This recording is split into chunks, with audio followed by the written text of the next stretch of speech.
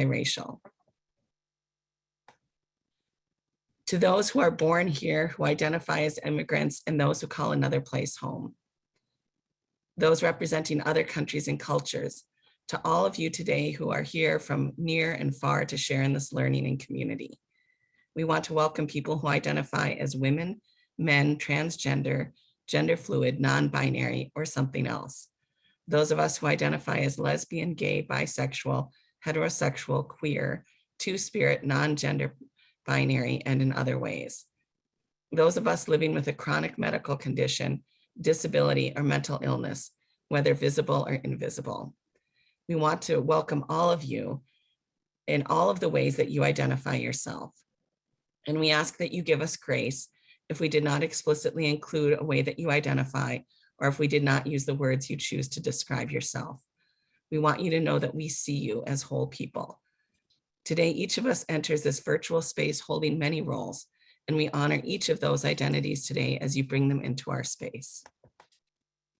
On behalf of FamilyWise, I want to first acknowledge everyone for showing up today and being a part of this important work, and for sharing yourselves throughout the year, just as we saw in those inspiring photos in the slideshow. The event this year involves an equal partnership between two projects that both focus on walking alongside communities that are engaging in self-healing. And in self-healing communities, we believe that all people and communities deserve opportunities for healing. Our organization strives to educate and support communities by educating others about the self-healing communities model, which is an approach that communities can take to collectively work toward overall well-being. Using this model, communities build their capacity to intentionally generate new cultural norms and thereby improve health, safety, and productivity for current and future generations. What well-being looks like and the journey to improve well-being will look different in each place. We want to thank everyone who has helped to plan and organize this event. And we want to thank especially our two partners in this work, the Minnesota Department of Human Services and the Center for Prevention at Blue Cross Blue Shield of Minnesota, who have made this event possible today. I will now turn it over to these funders who have helped us to make this work possible, starting with Chris Matter from Blue Cross Blue Shield, Minnesota.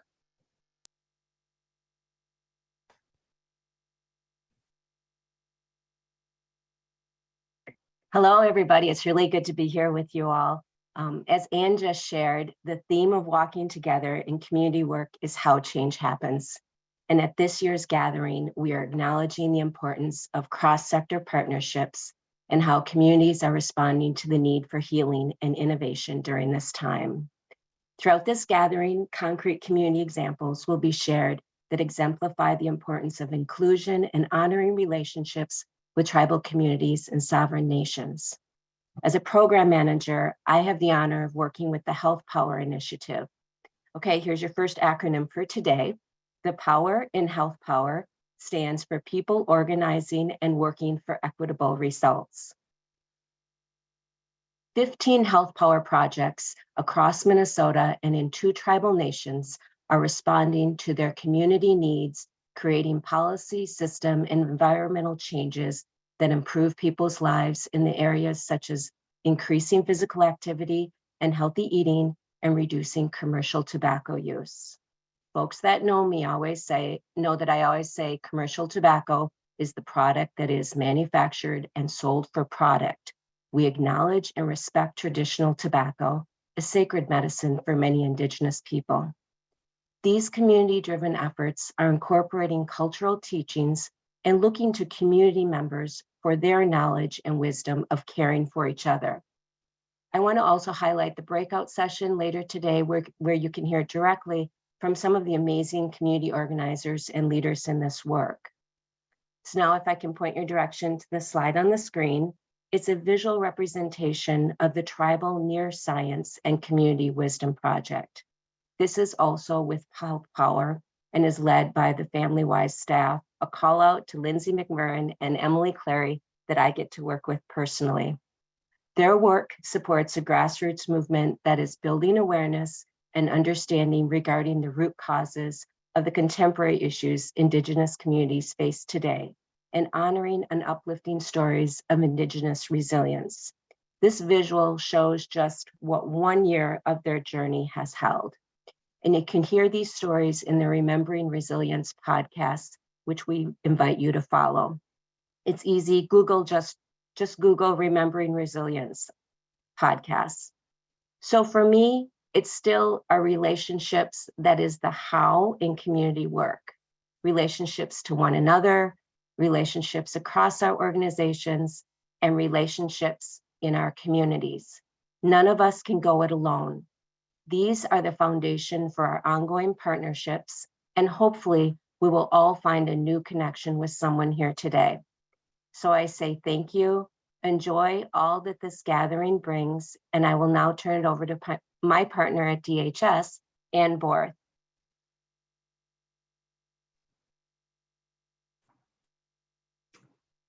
Good morning, everyone. And I want to thank you, Chris, for partnering with DHS to support today's gathering. And I also want to express my gratitude to the team at FamilyWise for all the talent and time they've devoted to help make this event today happen. So I'm happy to have a moment for a short show and tell about More Resilient Minnesota. In my role at DHS, I have the honor of working with Minnesota's 90 children's mental health and family services collaboratives. About 30 years ago, collaboratives were established in state statute to create cross-sector connections among local partners serving children, youth, and families. Collaboratives work to bring together local partners to coordinate and integrate services and systems, increase access to services, and promote promising approaches to prevention and early intervention. More Resilient Minnesota, which began in 2017, is one of those exciting prevention and early intervention approaches. State legislation and funding supported building on these community networks, the collaboratives, to develop their capacity to decrease risk factors and increase protective factors. Our statewide initiative is grounded in the self-healing communities model developed by Dr. Robert Anda, Dr. Kimberly Martin, and Laura Porter. This model grows communities' capacity to define and solve problems that impact their members' generational health and well-being. Similar to the processes of learning and listening for the tribal near community wisdom work, More Resilient Minnesota consists of 4 phases. FamilyWise provides training and guidance to collaboratives communities to support them in creating hope-filled community resilience plans that are guided by diverse community voices through community resilience conversations and 100 cups of coffee interviews. And Jenna, I know I'm kind of all over the map, but if you could go back to the map for a moment, you'll see how much More Resilient Minnesota has really evolved and expanded since it began. I wish we had time-lapse photography from when we first showed a map back in, I suppose, 2018. And you would see how much it's grown across the state and then how much it's grown within each collaborative in their counties and communities. And then the next slide shows the phases, which may appear to look like a linear model, but really there's a lot of looping going on, a lot of back and forth, a lot of give and take. So we can continually keep informing and involving more members of communities. And then the infographic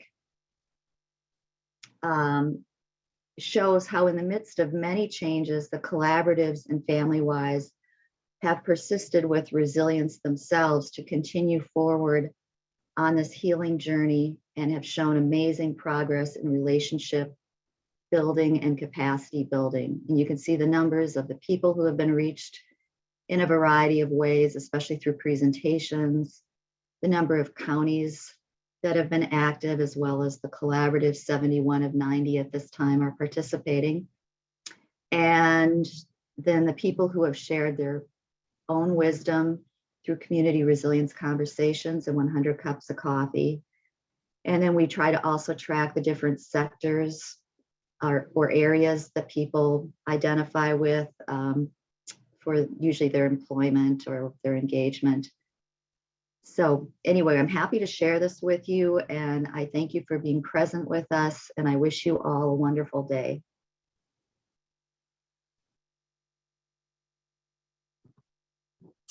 Thanks, Anne. Hello, everyone. My name is Jenna Schmidt. I use she, her, and they pronouns, and I'm the Regional Director of Prevention Initiatives for Northern Minnesota, and I am located in Duluth. I will be leading us through our group agreements for this year's gathering. Rather than rules coming from the top down, group agreements are intentions and guidelines for behavior and interaction that are communally created and consented upon. Many of our most critical conversations can be emotional or uncomfortable, and we want to ensure that we can be vulnerable and engage without reducing our emotional safety. So our group agreements for today are to take care for and respect each other's unique experience, wisdom, and contribution in this space. We also ask you to take care of yourself, ask for what you need and give what you can. Be as present as possible. This allows the room to have compassionate accountability while also respecting individual considerations. Take your own risk and find your own growing edge. Discomfort is part of the growing process. Open yourself up to these conversations with an open heart and receive feedback with an open mind. Speak your own truths. Share I statements and tell your own story. Lean into this conversation. There may be moments of tension or vastly different opinions, and this is an invitation to lean into these conversations with an open mind and sit with the discomfort, since this is a key way to bridging and building relationships across differences. So if you agree with these group agreements, give us some sort of thumbs up like this or with the reactions button. And if you have any additional group agreements, feel free to put them in the chat. Now I'm going to turn it over to Lisa for our gathering acknowledgements. Excuse me. Hello and welcome, everyone. My name is Lisa, Deputy. I'm the Metro Regional Director for FamilyWise. We're going to go into some acknowledgements, and we'll start by sharing these acknowledgements that we actually developed for this year's event. Truth and acknowledgement are critical to building mutual respect and connection across all barriers of heritage and difference in hopes of achieving healing and reconciliation. In Minnesota, we are gathered on the unceded land of the indigenous people of the Anishinaabe and Dakota nations and their ancestral land. We want to acknowledge the Ojibwe and Dakota and the other nations of people who also call this place home.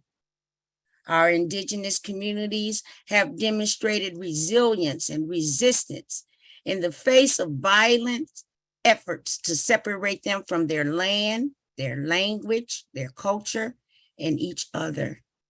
Yet they remain at the forefront of movements to protect Grandmother Earth and the life that Earth sustains. We are also cognizant that we cannot separate the history of our community from the history of colonialism and slavery in the United States. We acknowledge the merciless pain, trauma, and abuse the enslaved people endured for hundreds of years. African Americans contribute to lead the efforts in holding our nations accountable to its highest ideals. We acknowledge all the immigrants in this country who have found safe haven and opportunity throughout these shores. Their strong work ethic, innovative ideas, and sense of pride contribute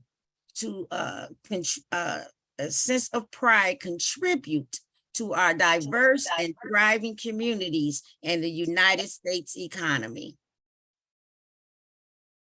All of us can make a personal commitment to disrupting systems of oppression while co-creating an anti-racist, multiracial, and peaceful society. Future generations are counting on us to learn from our country's complex history, to reckon with the truth individually and collectively, and to take meaningful action. Ending racism and all forms of oppression is possible, and it's better for all of us. We acknowledge that there have been a number of national and global incidents happening in our world today. Our mental wellness feels threatened or seems like a challenge to maintain. We are faced with wars, COVID-19, racism, mass shootings, and adverse community environments. This has led many of us to be in a heightened state of stress as these multiple realities have major impacts on the health and well-being of our communities. Together, we can support community resilience by changing the systems and our individual practices that contribute to these inequities. Resilience is not simply referring to the ability of an individual to bounce back during difficult times.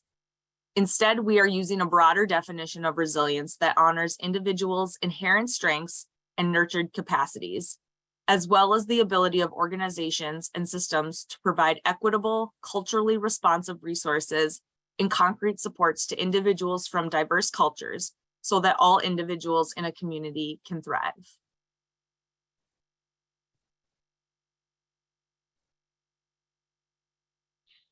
It can be challenging to honor and accept another's culture if you don't take the time to understand, reflect on, and honor your own culture and history, and the experiences that have shaped other people's past and present.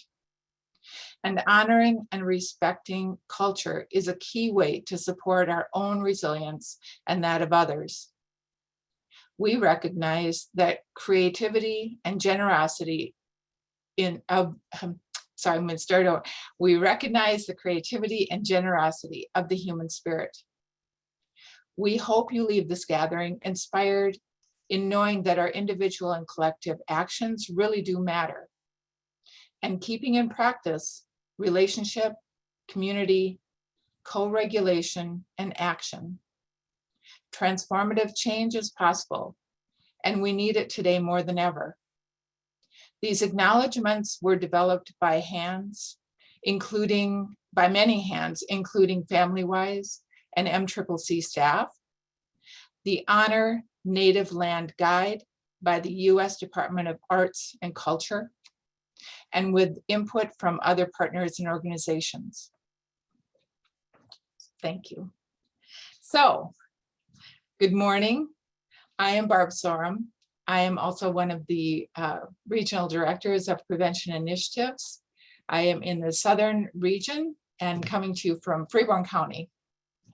So before we continue with the agenda, we are going to take a few minutes to practice mindfulness with a mindful breathing exercise, because we know, and it's been proven, the best intervention is our own regulated nervous system. Mindfulness of our breath helps us have an anchor for the present moment, aware of how our mind and body feel, and acknowledging our thoughts without judgment. Our minds are usually running off, worrying about the future or something we did or didn't do in the past. When we have this anchor, we're better able to handle stressful situations. Mindful breathing has been scientifically proven to reduce anxiety, help with burnout, provide certain types of pain relief, and decrease negative thinking. So please join with me for a few moments. We're going to sit quietly, get in a comfortable position, seated or standing with both feet on the floor. You want to be in a position where you can relax and where your breathing won't feel constricted. You can close your eyes or lower your gaze, whatever feels most comfortable for you. Now, start to notice your breath. Start by breathing in and out and taking note of how each inhale feels. Are those inhales short or are they long? Are they deep or shallow? Then notice the pause at the top of the breath before exhaling. What does the exhale feel like? And then that pause before you do another inhale. Just notice your breathing.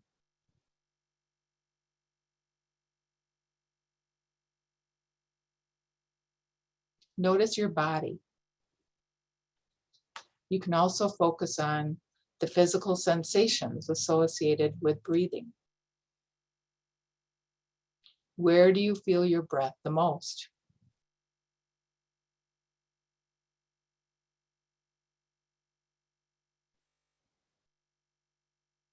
What does it feel like as you breathe in through your nostrils?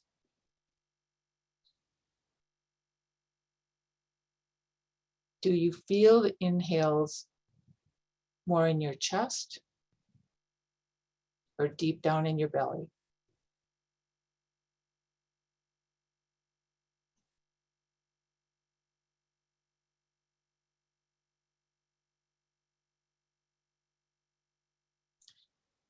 It's very natural for your mind to wander off while you're practicing mindful breathing, and that's okay. All you have to do is acknowledge the fact that your mind has wandered, notice it, and then come back to your breath and the breathing sensations associated with it. If you struggle with staying present and focused on the breath, you're not alone. Some people have struggled for years to master getting comfortable with mindful breathing. If you stay curious and aware of the breath, instead of trying to breathe perfectly at each time, it helps you focus. Just concentrate on your breath. Don't create more stress about worrying about how you're breathing.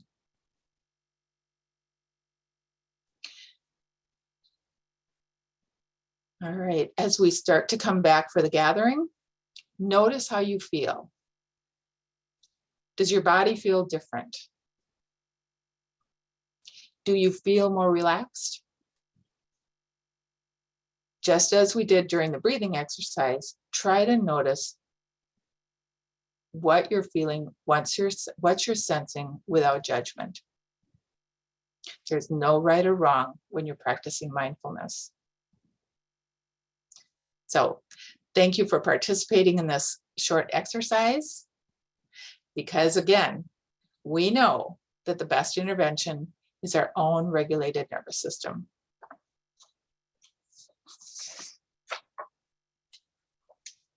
Thank you so much, Barb. So we are just getting close to wrapping up the opening session because we know you are all eager to hear Jerry and Wendell present as the keynote. I wanted to take just about 1 or 2 minutes to share an overview of how to kind of what to expect for the rest of the day. So kind of more of the logistical pieces. So first off, I just wanted to share that if you need technical support throughout the event, please direct message the person in your session or whatever session you're in that has the tech support title. So for me in this session, I have tech support listed in the front of my name. So feel free to send me a direct chat message and I would be happy to help try to troubleshoot any questions you have at that point. Next, just wanted to share kind of what to expect, the schedule for the day. You may have seen this on the webpage, the event webpage. But after our welcome, which we'll be wrapping up in just a couple of moments, we will be welcoming Jerry and Wendell to speak. We're really excited about having them share as our keynotes this year. And then we will be having a chance for people to go choose a breakout to go to. There will be 3 different breakout sessions offered. And so you'll be able to access that link to those breakouts, and we'll put that in the chat at the end of this session. And you'll also be able to find those links on the webpage.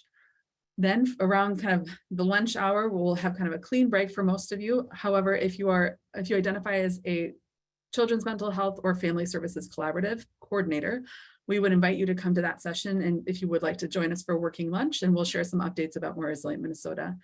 And so we invite you, if you're a collaborative coordinator, to join that one. Otherwise, we have in the afternoon, we'll start with the second round of breakout sessions, which again, you can access the links for that on the webpage. And then we will have a closing session for about 45 minutes. We'll have a guest speaker come and share some thoughts and some remarks, and we'll do some kind of closing activities with the group. So we are so glad you are here, and we really hope that you'll join whatever events you're able to join today. As I mentioned before, we have that event webpage, which has access to all of the join links for the different sessions. It has access to the handouts, breakout session descriptions, and the link to that that webpage was sent in the pre-event email this morning, and also will be added to the chat in a moment. And then at the end of the session, so each of these sessions that we'll have, including this one, we'll share the link to the next session, so you can just jump right over to the next session. There's about a 15-minute break between each session, so you can take care of whatever needs you have in between the sessions. And at the end of the gathering, we will share the end of event survey, which will have, we really want your feedback on that. We'll also share out the link for a CEU link if you're interested in a social work CEU. So you're able to access those links at the end of the closing session, and also we'll send a follow-up email in case you're not able to make that closing session. If you fill out the survey, we'll enter your name into a drawing for a $20 gift card, and we will be pulling 25 winners of anyone who enters the survey, because we really want your feedback, and we want to continue to grow this event in ways that are really responsive to community. And that includes hearing from your voices about what matters most to you and what you want to see at future events. So finally, I just want to do a really quick overview of the Zoom toolbar and how to access closed captioning. So you can see here, I know many of you may be familiar with Zoom at this point, but not everyone uses this platform. So you'll see on the far left, some of the key tools that I want to show you. On the far left is the mute and unmute button. So if there are opportunities during breakout sessions to share your thoughts, or during other sessions, we invite you to unmute and share at those times. You can turn your video camera on and off, which is the second tool on the left. And then you'll also see a place to add to the chat. So in the kind of the middle section, there's an open chat panel. And then on the far right, you'll see the leave meeting bar at whatever point you end up leaving the meeting. So just wanted to kind of share those tools on that toolbar in case you're new to Zoom. And the last note I wanted to share is that if you're interested in closed captioning, we hope that it's working today. But you would just go to the kind of this toolbar, the closed captioning toolbar, or the kind of the more section, and click on show subtitle. And that should get you the transcript of what we're talking about in each of the sessions. So please let us know if you have questions about that as well. And without further ado, I will turn it over to my colleague, Susie, who will be closing out the opening session today. Thank you. Thank you, everyone. As we get ready to close out this opening session, I wanted to share a quote with you all. This comes from the book, The Art of Gathering by Priya Parker. Why do we gather? We gather to solve problems that we can't solve on our own. We gather to celebrate, to mourn, and to mark transitions. We gather to make decisions. We gather because we need one another. We gather to show strength. We gather to honor and acknowledge. We gather to build companies and schools and neighborhoods. We gather to welcome, and we gather to say goodbye. So personally, I am so glad that we are gathering today for all of these reasons, and to share in learning and to build our community. We will now take a brief pause just to get situated for the keynotes session coming up. So we will take about 5 minutes. So if you need to take a quick break yourself, feel free to do so. And we will convene at about, we'll say 9:39. And yeah, we'll see you there. Thank you, everybody.